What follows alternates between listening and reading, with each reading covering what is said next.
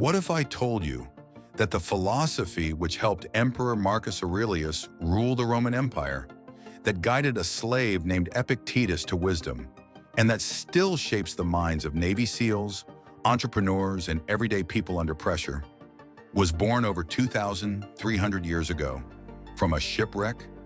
Welcome to Historium. And today we're diving into the entire history of Stoicism.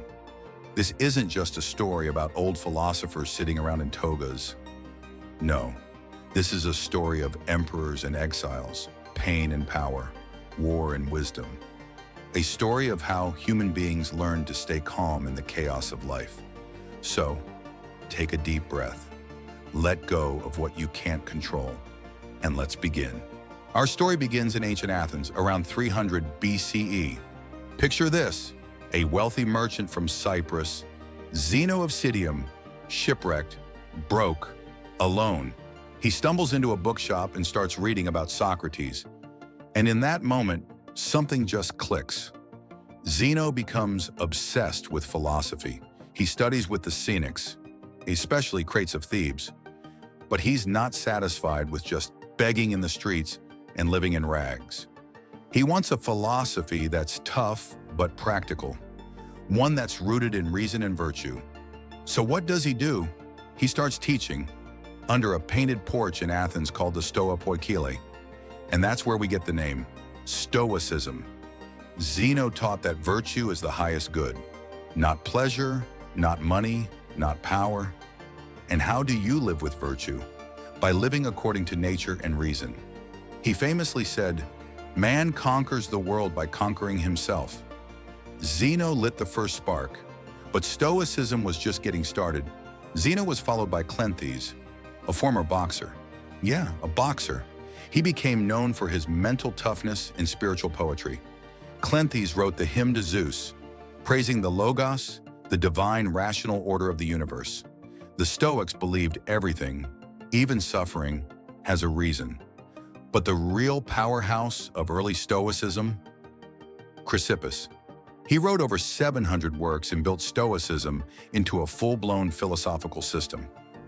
People used to say, if Chrysippus hadn't existed, there would be no Stoicism. He taught that everything is governed by fate, but we still have freedom, the freedom to choose how we respond. He said, we should conduct ourselves through life as though we were at a banquet. When something is passed to you, reach out and take it. If it passes by, let it go. The Stoics didn't run from pain. They studied it, understood it, and then they endured.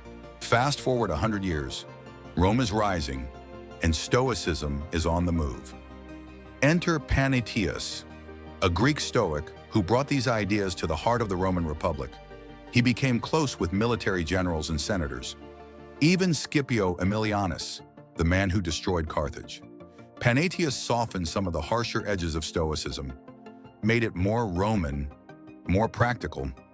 His student, Posidonius, blended Stoicism with ideas from Plato and Aristotle. And guess who read Posidonius? Cicero, one of the most famous orators in Roman history. Thanks to them, Stoicism started to become a part of Roman life, not just for scholars, but for soldiers, statesmen, leaders. Now here's the twist. One of the most influential Stoics of all time was born a slave. His name was Epictetus.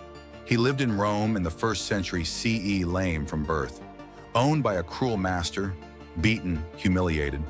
But he found freedom, not in his chains, but in his mind. He said, it's not what happens to you, but how you react to it that matters. After winning his literal freedom, he opened a school and began teaching. His student, Arrian, wrote down his lessons in the Discourses and the Enchiridion, a small manual that would later be carried into battle by soldiers and monks alike. Epictetus believed the only true freedom is inner freedom.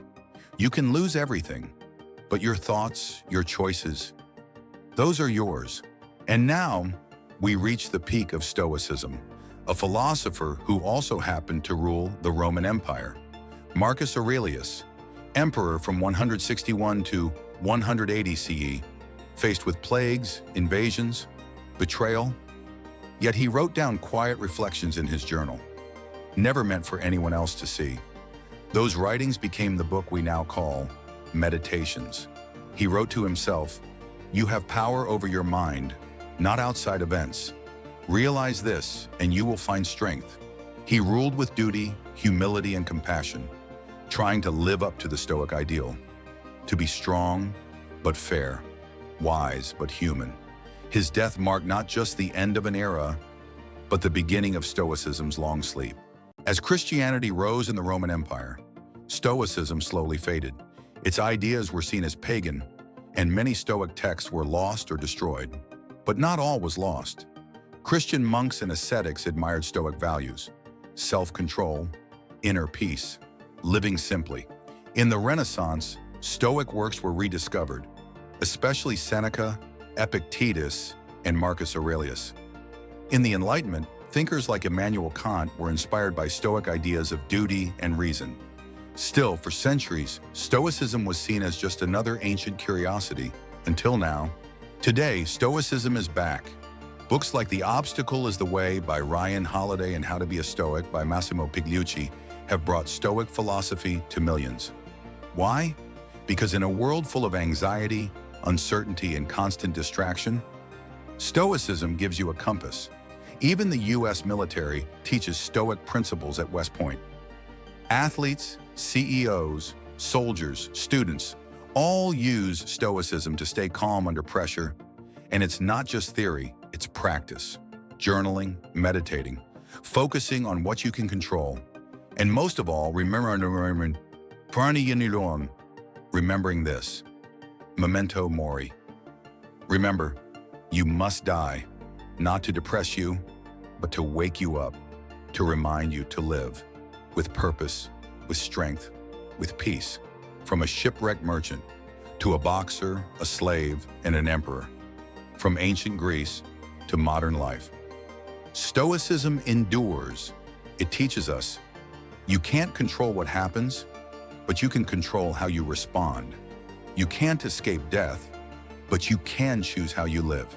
So, if this journey through 2,300 years of Stoic wisdom moved you, even a little, give this video a like, and don't forget to subscribe to Historium for more stories that shape our world. Got a favorite Stoic quote? Drop it in the comments below. We'd love to hear it. And always remember, you can't control the algorithm, but you can control whether you subscribe. Thanks for watching. Stay grounded, stay wise, and we'll see you in the next one.